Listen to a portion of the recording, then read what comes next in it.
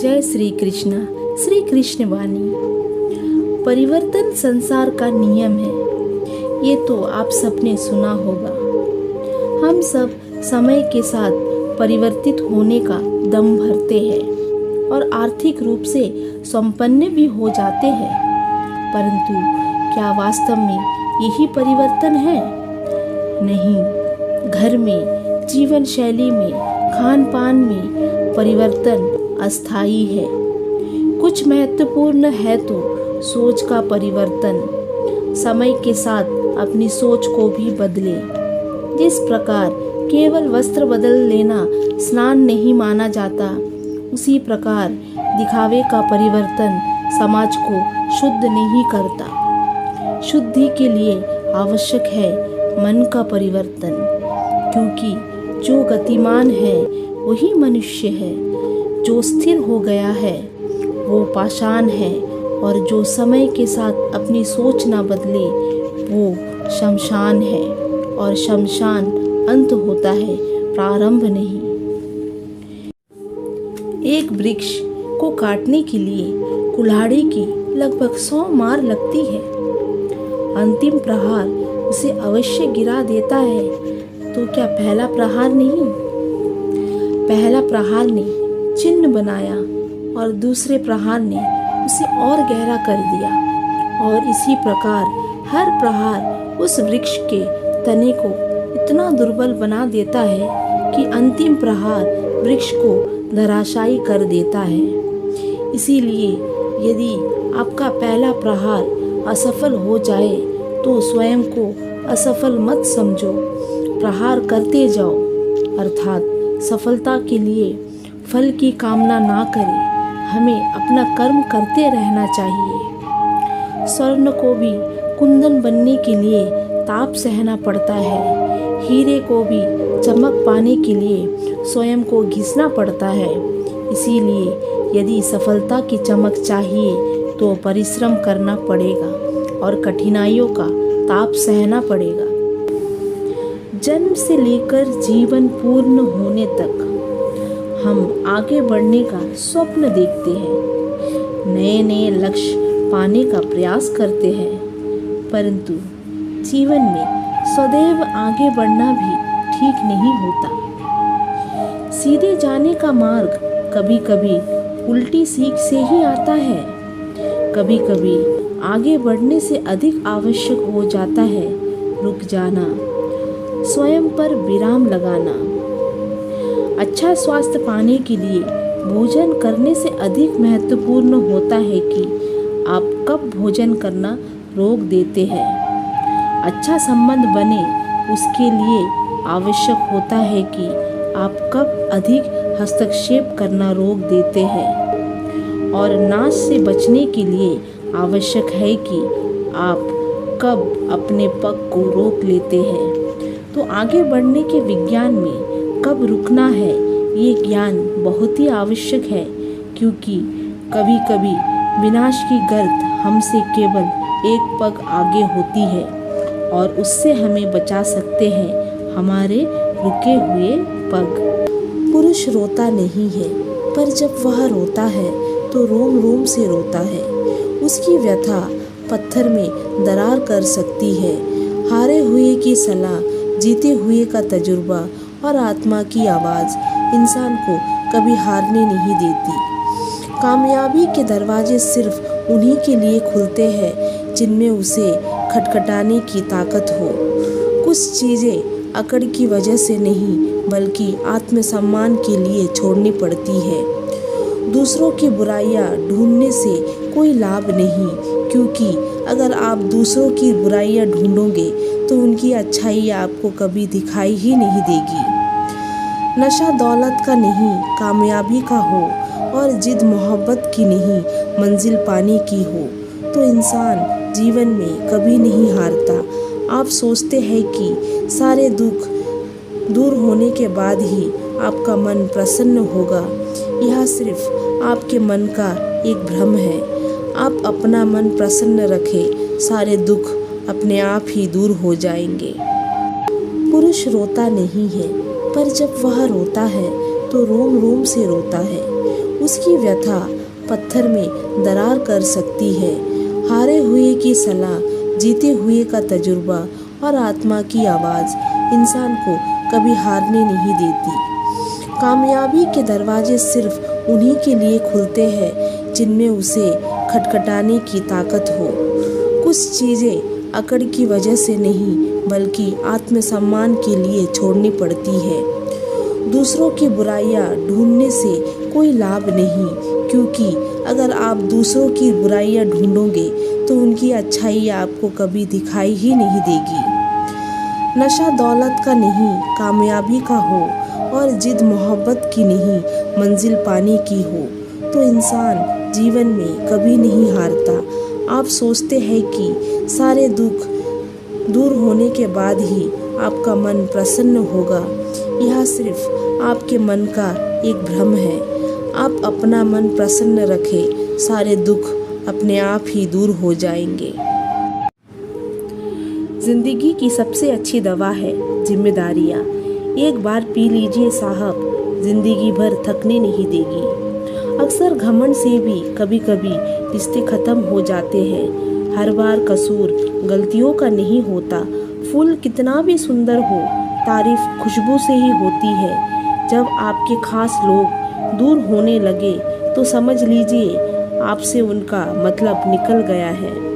आप सिर्फ उस बात के जिम्मेदार होते हैं जो आपने कही है, उसके नहीं जो लोगों ने क्या समझा है। पता नहीं क्यों लोग रिश्ते छोड़ देते हैं मगर जिद नहीं। आप ये नहीं कह सकते कि आपके पास समय नहीं है, क्योंकि आपको भी दिन में उतना ही समय मिलता है जितना समय महान एवं सफल लोगों को मिलता है।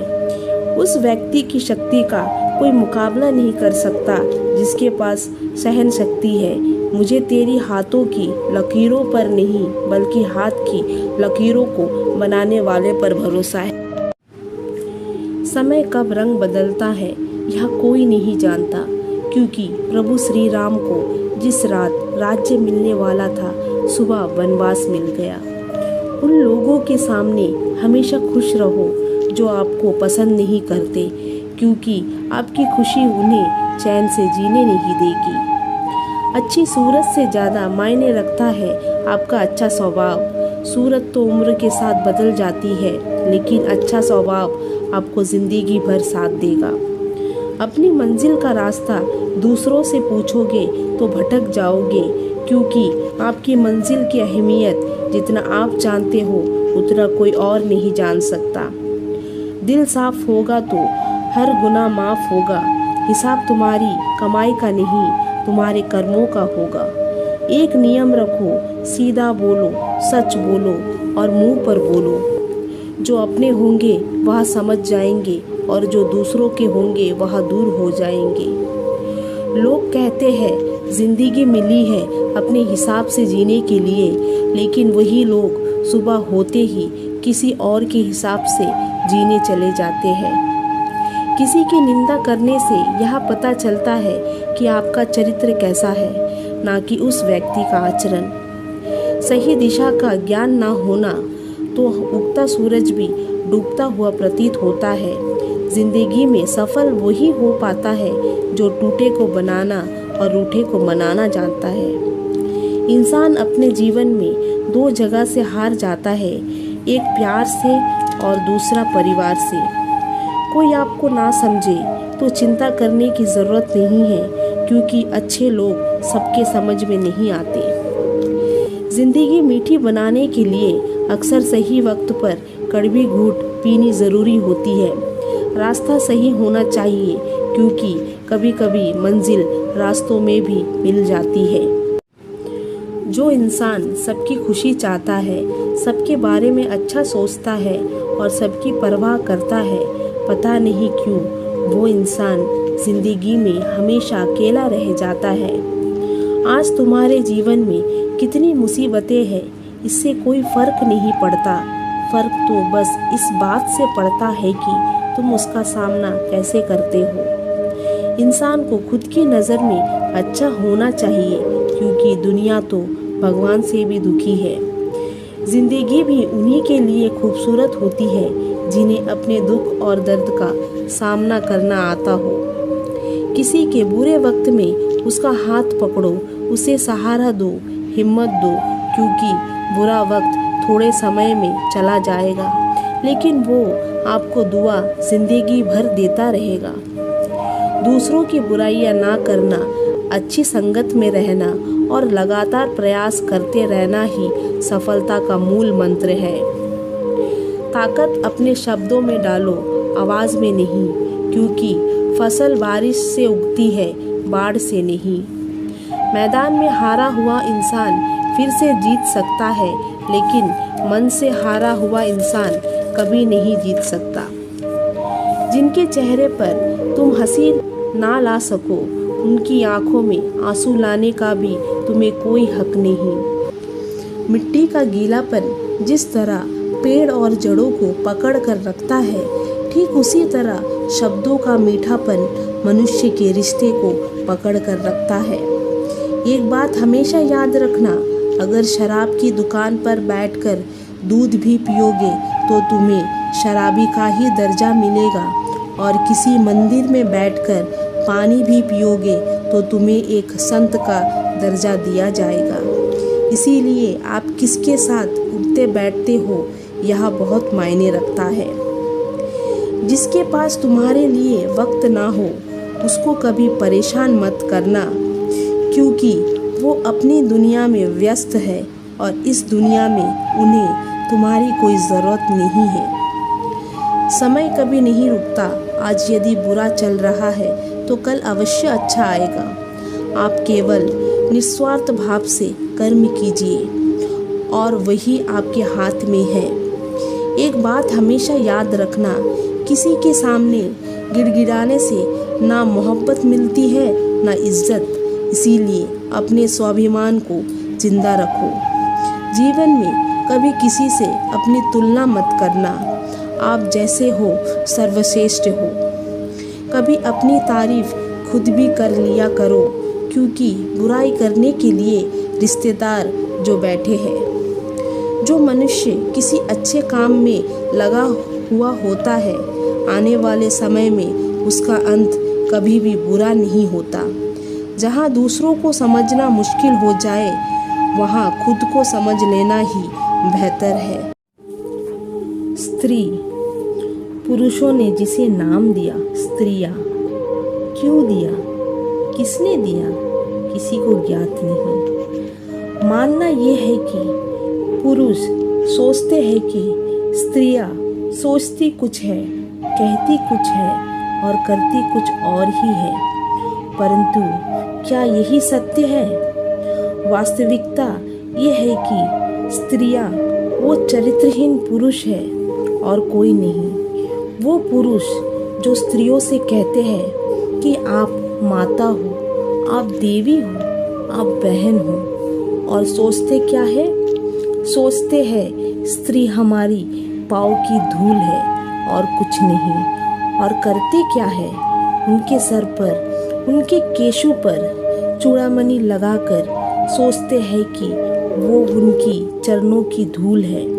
स्त्री का मान भंग करते हैं, उन्हें दासी समझ लेते हैं, परंतु ये मत भूलिएगा, जहाँ नारी की पूजा होती है वही ईश्वर वास करते हैं। जहाँ नारी का अपमान होता है वहाँ ईश्वर और भाग्य दोनों रुष्ट हो जाते हैं। स्मरण रखिएगा, यदि नारी कल्याणी है तो नारी महाचंडी भी बन सकती है।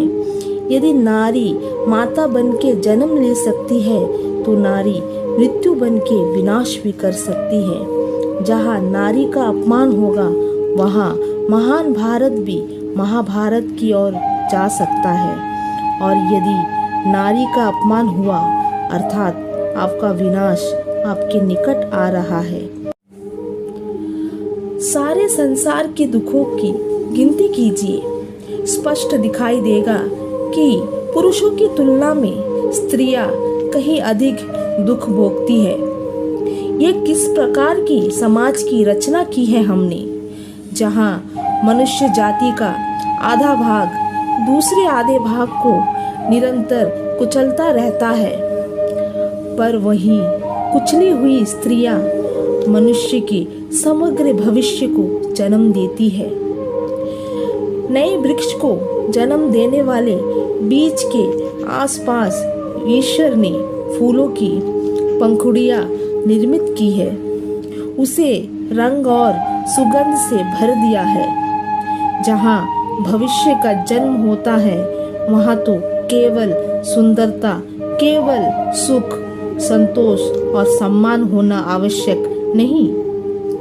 अर्थात जब जब किसी स्त्री का अपमान होता है, किसी स्त्री का शोषण होता है, किसी नारी के केशों को खींचा जाता है, तब तब किसी न किसी रूप में एक युद्ध का जन्म होता है, किसी न किसी रूप में महाभारत का आरंभ होता है।